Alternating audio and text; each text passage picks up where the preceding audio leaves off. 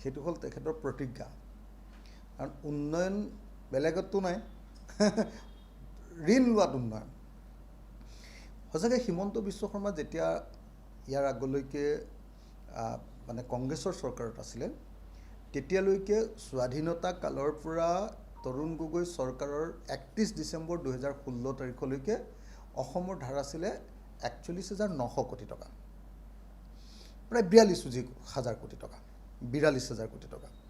সেইটো গৈ 42,000 কোটি টকাটো গৈ আজিৰ দিনটোত অকল বিজেপি চৰকাৰৰ দিনত লোৱা লোনেৰে এতিয়া 42,000 কোটি টকাৰ লোনটো গৈ 2 লাখ কোটি টকা হৈছেগৈ। 42,000 কোটি টকাৰ ঋণটো অসমৰ ধাৰ এতিয়া হৈছেগৈ 2 লাখ কোটি টকা। এইবাৰ ধাৰ 36,000 কোটি টকা ল'ম বুলি কৈছিলে এই বছৰটোত বাজেটত দিয়া অনুসৰি। কিন্তু আমি দেখিছোঁ যে এইবাৰ যেনেকৈ ধাৰ লৈছে, এই ধাৰটো 36,000 কোটি টকাতকৈ বেছি বাঢ়ি যাব। এইটো হয়তো 45,000 বা 50,000 কোটি টকা এই বছৰটোতে ধাৰ হৈ যাব। আৰু ধাৰবিলাক লৈ লৈ আপোনালোকে নিজে চাওক যে ধাৰবিলাক লৈ লৈ কৰিছে কি? অসমৰ ডেভেলপমেণ্টটো ক'ত? আজি গোটেই অসমৰ 60% পথাৰত খেতি কৰিব পৰা নাই, এক টোপাল পানী দিবৰ কাৰণে এই চৰকাৰ সক্ষম হোৱা নাই। যদি খেতিয়কৰ পথাৰত পানী দিলেহেঁতেন তেতিয়াহ'লে প্ৰডাকশ্যন বৃদ্ধি হ'লহেঁতেন, খৰাঙৰ কালতো খেতি কৰিব পাৰিলেহেঁতেন, আৰু বছৰত 3বাৰ খেতি কৰিলেহেঁতেন। আৰু বছৰত যদি 3বাৰ খেতি কৰিলেহেঁতেন তেতিয়াহ'লে অসমৰ খেতিয়কবিলাকৰ অৱস্থা ভাল হ'লহেঁতেন। তেতিয়াহ'লে আমি ক'লোহেঁতেন যে এই ঋণ উৎপাদনমূলক ঋণ, আৰু এই ঋণৰ পৰা আমাৰ লাভ হৈছে বুলি আমি ক'লোহেঁতেন তেতিয়া। কিন্তু এতিয়া ঋণ লৈছে কি? 1 নম্বৰ কামটো হ'ল দৰমহা দিয়া।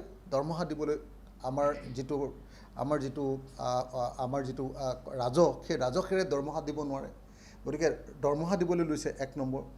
2 নম্বৰ, বেনিফিচাৰীবিলাকক যিবিলাক আমাৰ হিতাধিকাৰী লৈছে, হিতাধিকাৰীবিলাকক যিটো পইচা দিব লাগে সেইটোৰ কাৰণে ঋণ লৈছে। আৰু 3 নম্বৰ, ডেভেলপমেণ্টৰ নামত অকল খালি উৰণীয়া সেতু কিছুমান। উৰণীয়া সেতু কিছুমান মানে এনেকুৱা ধৰণে ঠিক কৰি লৈছে যে উৰণীয়া সেতু যেইখন হ'ব সেইটোৱে ডেভেলপমেণ্টৰ মান বুলি ধৰি লৈছে।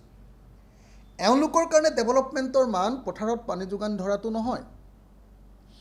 এওঁলোকৰ কাৰণে ডেভেলপমেণ্টৰ মান অসমৰ প্ৰত্যেকজন মানুহক আপোনাৰ কৰ্মসংস্থাপন দিয়াটো নহয়। অসমৰ ডেকা ল'ৰাই হাজিৰা কৰি মৰিছে, অকল মিস্ত্ৰীৰ লগত যোগালি কৰি মৰিছে। নহ'লে বা বেংগলোৰ বা চেন্নাই বা কেৰেলালৈ গৈ কেৱল আৰু কেৱল আপোনালোকে সকলোৱে দেখি আছে যে কেৱল আৰু কেৱল আমাৰ ল'ৰাবিলাকে এতিয়া ছিকিউৰিটি গাৰ্ড কৰিছে। অৱস্থা নাই। ব্যৱসায়ীবিলাকৰ কথা খবৰ লওক আপোনালোকে। ব্যৱসায়িক অৱস্থা সাংঘাতিক ধৰণে বেয়া। গোটেই অসমৰ গোটেই যিমানবিলাক খুচুৰা বেপাৰ, আগতেতো খুচুৰা বেপাৰ বিজেপি অহাৰ আগতে অকল ভাৰতৰ মানুহেহে কৰিব পাৰে। এতিয়া ভাৰতৰ খুচুৰা বেপাৰ কাক দি দিলে? Amazon company. এই চোলাটো কিনি আনিছোঁ আমাজন কোম্পানী, এই পেণ্টটো কিনি আনিছোঁ ফ্লিপকাৰ্টত। তাৰমানে এটা চীনা কোম্পানী, এটা আমেৰিকান কোম্পানী। আমেৰিকান কোম্পানীৰ হাতলৈ গোটেই খুচুৰা বেপাৰৰ পইচাটো গুচি গৈছে। অৰ্থাৎ ব্যৱসায়ত ডেভেলপমেণ্ট নাই।